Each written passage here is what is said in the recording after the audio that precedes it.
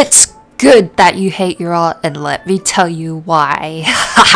Okay, I'm just kidding. It's not good that you hate your art, but let me show you some ways where you can spin this into a positive thing that can actually benefit you and your artwork. This is because if you become too complacent where you are currently sitting at in terms of your art skills, you aren't really ever going to grow. What is going to be pushing you to grow? If you aren't at least mildly dissatisfied with some part of your artwork, well, why would you ever improve? Why would you ever change? But perhaps at some point in time you don't want to change, and this can be slightly problematic because a situation that happened to myself might happen to you, and let me just go over that. So for myself, for an extremely long period of time, a long period of time for me, this was about 2 to 3 years, I've been very pleased with my art. And by that I mean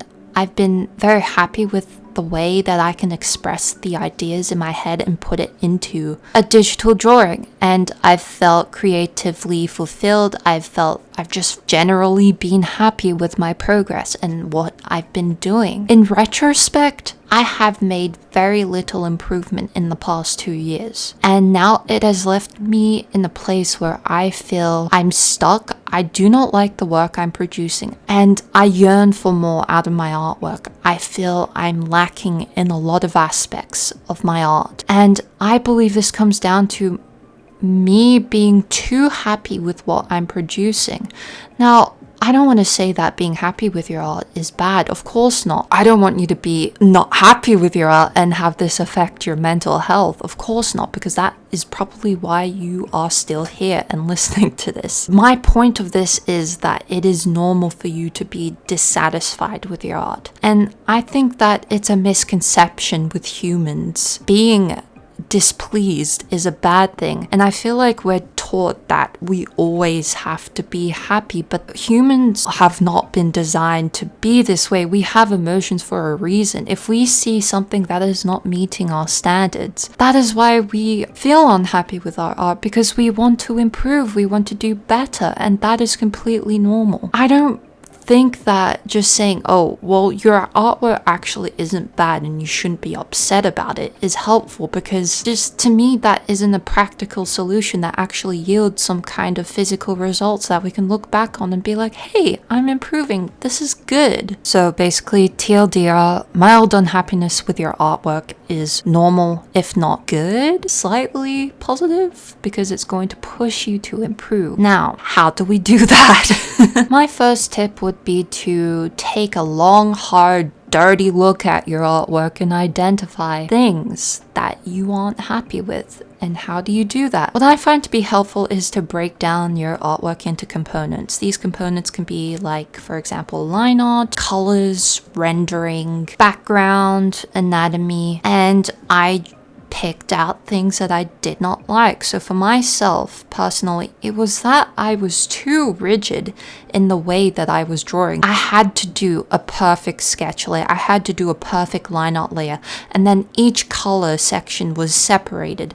And I actually found that this heavily organized nature was slightly creatively limiting for me. I couldn't do the rendering styles that I wanted. I found it difficult to experiment with interesting lighting dynamics, and that's something that I'm currently focusing on. And you will see in this piece, which is after I had a mild epiphany about my artwork, that I experimented with a new lighting style. Because if you take a look at my artwork, all of the lighting is lighting is non-existent. It's just like a generic world lighting where there is light coming from every corner and there is no distinctive look to it. Secondly, I found that my artwork was just not striking enough. Now, I don't know if I can articulate this into words. What I did was, and this is another tip for you guys, is to go onto your preferred social media and take a look at the explore page. Now, hopefully your explore page is filled with wonderful artwork. Alternatively, you can go to like Pinterest and type up anime, because Pinterest's algorithm is pretty speedy and it will update quickly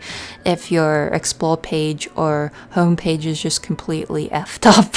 And I just took a look at all the artwork that was being presented with me, and I tried to identify key traits of what all these artworks share. Why are these artworks gaining a lot of engagement amongst users? Now, using user metrics is a bit iffy. The reason I'm using is because it shows that a lot of other people like this. This is the way that Instagram works. Instagram works by pushing artwork that was heavily engaged upon through individual Instagram users, audiences, and then it pushes it out to other people that haven't been exposed. I identified some key traits that I would like to incorporate into my artwork from now on, and what I would like to avoid. And I found that my art is heavily polished in some ways. It almost loses detail when it's zoomed out. And I've been hyperfixating on like the microscopic details of each corner of my artwork that I no longer was looking at the big picture.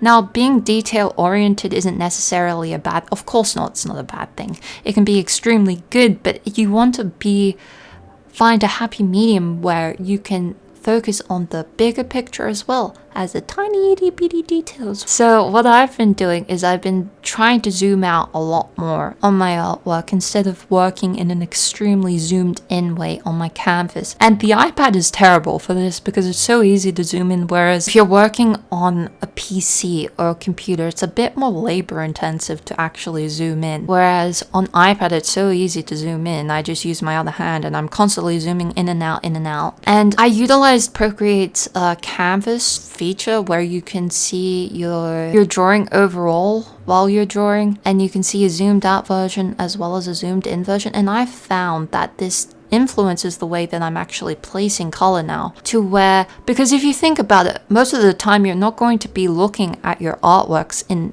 microscopic detail. You usually look at your art in its entirety.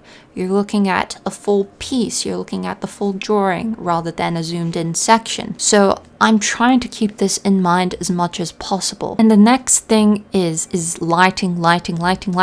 I have been really negligent with my lighting. I'm very behind in that, and it's something that I really want to focus on because I think it's something that's very important to art. It can really take your artwork to the next level, and hopefully that I will be able to commit to that in my upcoming art piece. Not this one, but the one I'm working on currently that I haven't shown yet to you guys. I'm going to try my hardest on that, and I'm going to be following this rendering style as well. I'd just like to clarify that if you're feeling really heavily dissatisfied with your work to the point of where it's causing mental health issues, that of course is an entirely different matter. Now, to get a little bit personal with myself, overall I've just been feeling a little bit down in my life due to personal reasons, and this negative mindset definitely made me look at myself. And I've not just been feeling down about my artwork, I've been feeling down about various other aspects of my life, and art is an extension of who I am, so of course that will be affected. But as I said before, I found complacency for me is really harmful, and it has never helped me. Being when there's a